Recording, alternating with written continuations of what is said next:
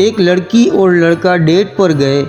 लड़की बोली, जानू क्या तुम्हें याद भी है कि कल मेरी बर्थडे है? लड़का बोला, हाँ जानू, मैं कैसे भूल सकता हूँ। लड़की, तो तुम मुझे इस बार क्या गिफ्ट दोगे? लड़का, क्या चाहिए मेरी जान को?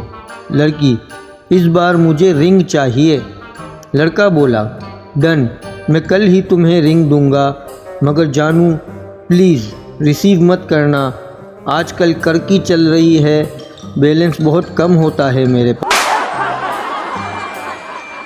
एक पाकिस्तानी नौजवान जो कराची शहर का रिहायशी था, उसने एक रक्शा रोका और रक्शे वाले से कहा, भैया क्लिफ्टन वाले मज़ार पर जाओगे?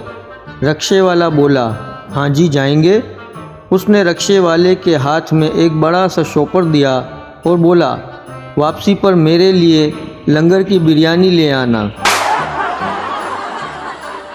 जापान में दो भाई रहते थे, एक का नाम जो था और दूसरे का नाम वो था। एक रात जो को बाथरूम में भूत दिखाई दिया। जो बहुत डर गया और उसने वो को आवाज़ लगाई।